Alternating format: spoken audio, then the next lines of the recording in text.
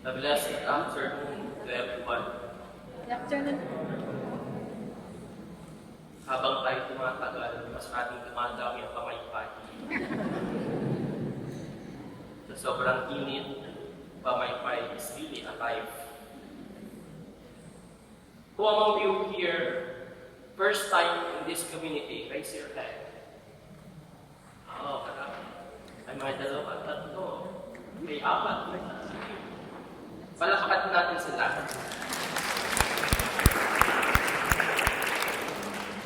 Welcome to our Filipino Catholic community in Pistong Limbord. I hope that you will find home in this community. When we were children, our parents taught us, do not talk to strangers. Maybe our parents would think that talking to strangers are not safe for us. That talking to strangers might bring us into harm. Now that we are grown up, do we still look the strangers dangerous to us? Do this teaching of our parents still applicable to us now?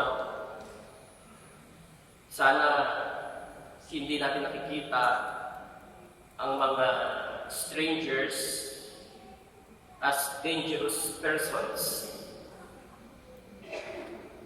I would like to remember one word for this Sunday. The word is hospitality. In German term, we have this Gastfreundschaft. Das bedeutet is guest as Gast, and Freundschaft means friendship. The sense of hospitality. Hospitality in German is Gastfreundschaft. The art of welcoming towards others, especially strangers. And this is applicable here to our community. When we arrived in Germany to work and live here, many of us became strangers. In fact, when we arrived here in Germany, we were strangers. Sometimes there were no places to go. Our families are away from us. But God will always send His angels to help and protect us. The way our kababayan will treat us should be a way of hospitality. Sana sa bawat Pilipino na makakapunta at makakasalamuhan natin ay ipanawan natin sila na hindi sila iba sa atin. At this moment, you might be seated to a person that you do not know. Pakitingin mo nga po ang mga katabi. Do you recognize them? Does this person is stranger to me? Kapag hindi niyo po kilala yung katabi, say hi. Or you just smile with them. At kapag hindi niyo kilala ang katabi, welcome po ninyo sila dito. Welcome po natin sila. Maybe they are new faces in our community. You might consider them as strangers. Have you ever welcomed them in our community?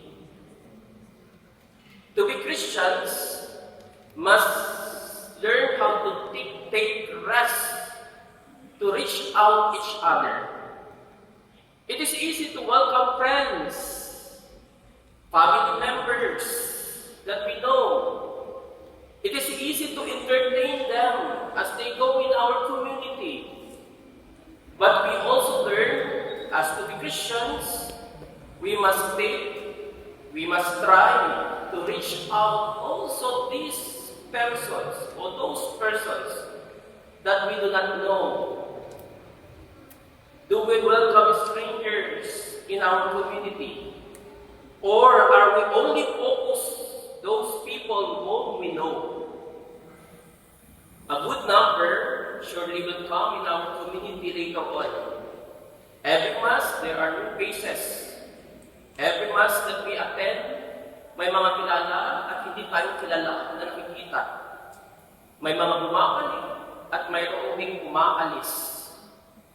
There are some people who move from another churches because they don't feel that they belong. Masakit man marinig. Minsan, sasabihin ng kababayan, ayoko nang bumalik dyan. Ang susungit ng mga tao, hindi lang humingiti. Mas mabuti na lang doon sa German community. At least they are very welcoming to us. Sana hindi mangyari yun. Sana ay malayo mangyari yun. That even the Filipinos would not choose to attend this community because they experience bad things with their kababayan. Our community must give to every Filipino the sense of belongingness.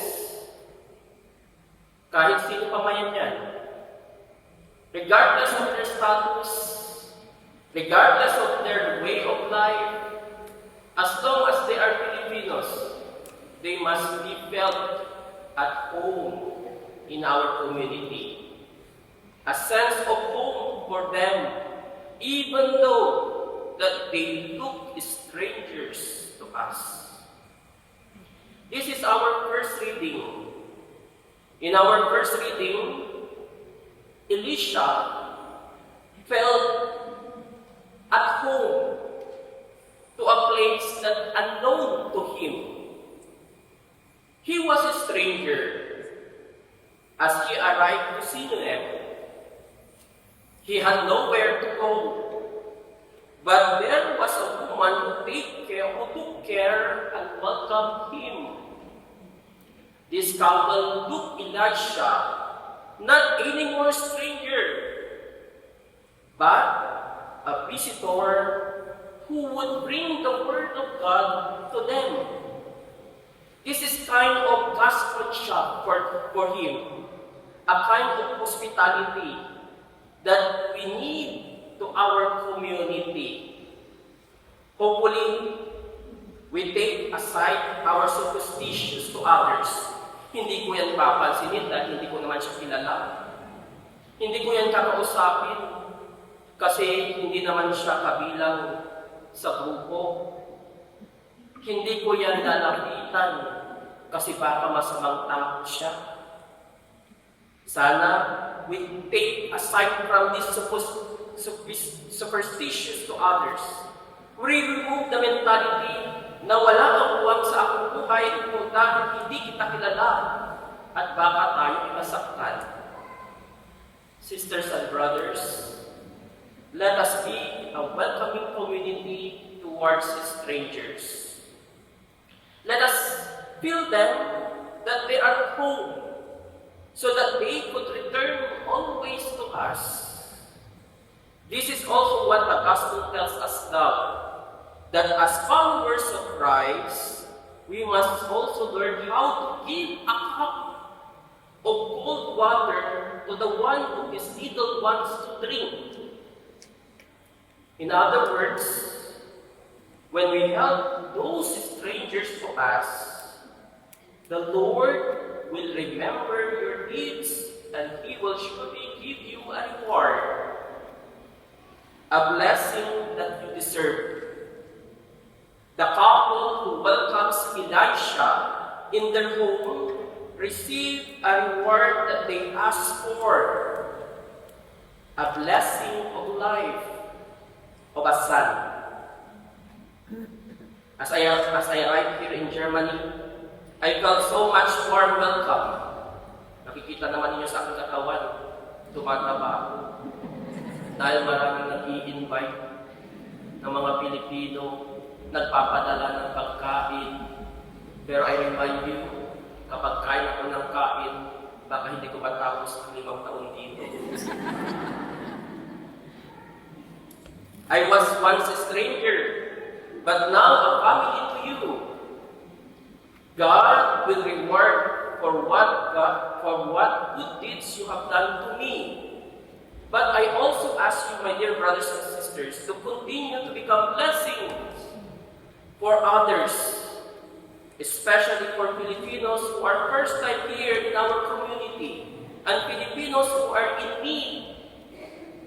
This is one way to show that we are Christians, Filipino Christians, followers of Christ, a modern missionaries who bring hope, love, and faith to others. Marami ang makakilala na hindi kakatok sa inyong mga puso. Pero kahit hindi sila kumatok sa inyong puso, sana ay pag-buksan sila. A very simple smile for strangers, a very simple word of appreciation, a very simple word of how are you, will make them feel at home. And that opens a door for love.